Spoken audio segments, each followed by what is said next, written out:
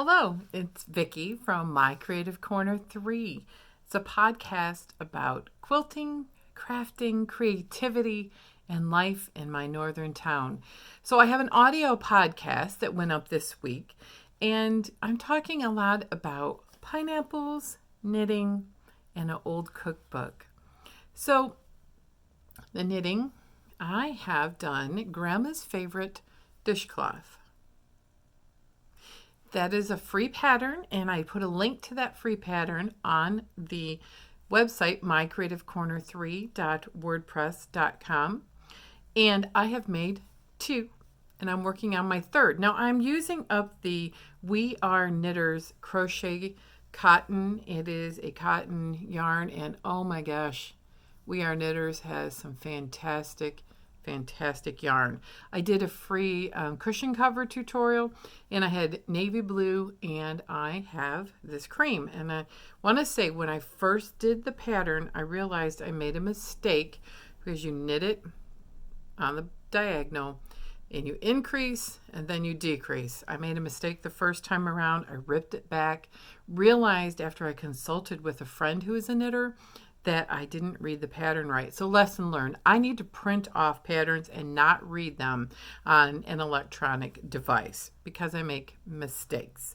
Now the other pattern I finished, and it is available at Ravelry or on Instagram. You can find Boho Heart Knits.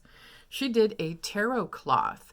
Now it is called the Claire Tarot Cloth, but it is a fabulous little table topper.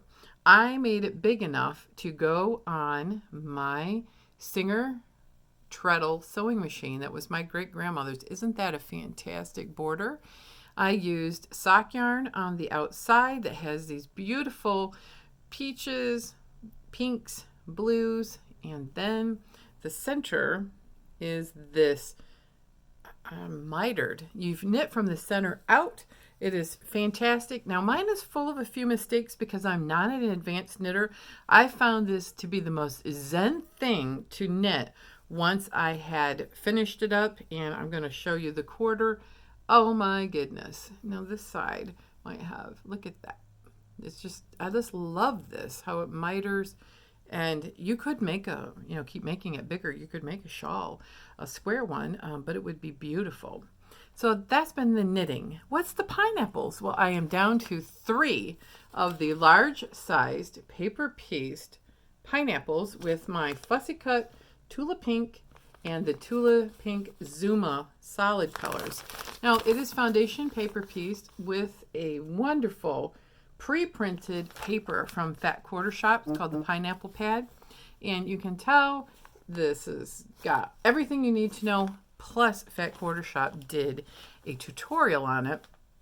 And without the tutorial, I would have been lost. But it's phenomenal, and I would really encourage you to watch it if you are struggling with paper piecing, wanting to learn how to paper piece, or how to do a large size block that I'm used to just holding tiny bits. But these are larger pieces.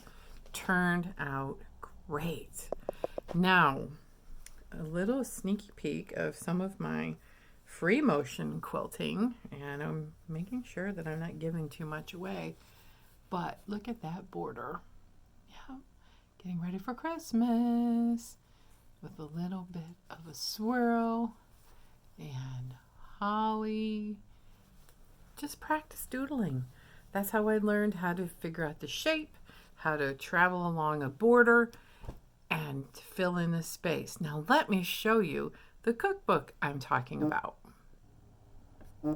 So one of the groups I belong to is Quilt Fiction, and we are talking about home and garden this week and any old cookbooks. And I use the Better Home and Garden Betty Crocker cookbook, red and white checked, from the 80s, and I also have one from the 60s. And I use a 4-H community fundraiser cookbook. And the question was, do you have any other community fundraiser type cookbooks? And I thought, fundraisers? Wait, my daughter was telling me about fundraisers for the grandkids. And I thought, that must be a new modern problem. No, it's not. 1948. is when the Lovejoy Community Club in a very small town in rural Michigan, where my mother grew up, went to a one-room schoolhouse. My grandmother was the head of the Mothers Club, they called it, well before PTAs. They decided to do a fundraiser by each writing out their own recipe. Now look, the spiral is the kind, the spiral bind, this is broken here, but you can see it's the old kind where it comes apart, and some of the binding has come apart. There's still plastic pieces. I'm going to have to try to be very careful.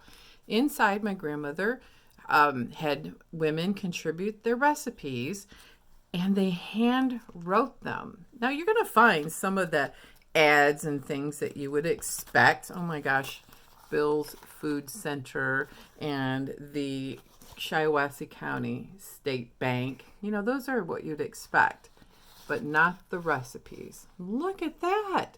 They hand wrote them out. I think they all got together after they had several recipes, and they had a little handwriting party.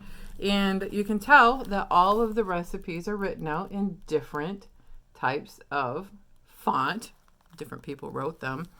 And they even contributed their pictures. There's my grandmother. What's so quaint about it is that they put their addresses underneath. I just thought that was amazing. They would put their address where they were from. Maybe you could send them a little note if there was a question on the recipe. They did have a few sections with printed pages. Oh, so 1948. I thought fundraising has been around since the beginning of time. And this little cookbook is a treasure that I'm going to try to preserve it by taking pictures. There's even pictures of the kids, and it's a one-room schoolhouse. And they were all in one school until they got to middle school age, and then they sent them to town to go to middle school. I thought, that's cruel. That's cruel. What a time. You'd be in this little cloistered neighborhood with your friends on the farm schoolhouse, and your cousins, your family, your neighbors, and then you get shipped to town with people you don't even know, and the terrible middle school age. That was not a fun time in my life. I don't know, maybe it was yours. I was not a fan of it. So anyway, I thought this is what is on the podcast. These topics, you can see the things that I talked about. And if you want to hear the entire podcast, it is on Podbean, or you can go to www.mycreativecorner3, as in the number 3, wordpress.com, and you can find the blog post that says pineapples, yarn, and old cookbooks. And you'll hear the long version of all the stories of the things that I talked about. And everyone have a most happy Halloween. This is my favorite little crocheted free pattern on the internet. Check it out. Anyway, everyone have a most fantastic week. Be creative and quilt on, everyone.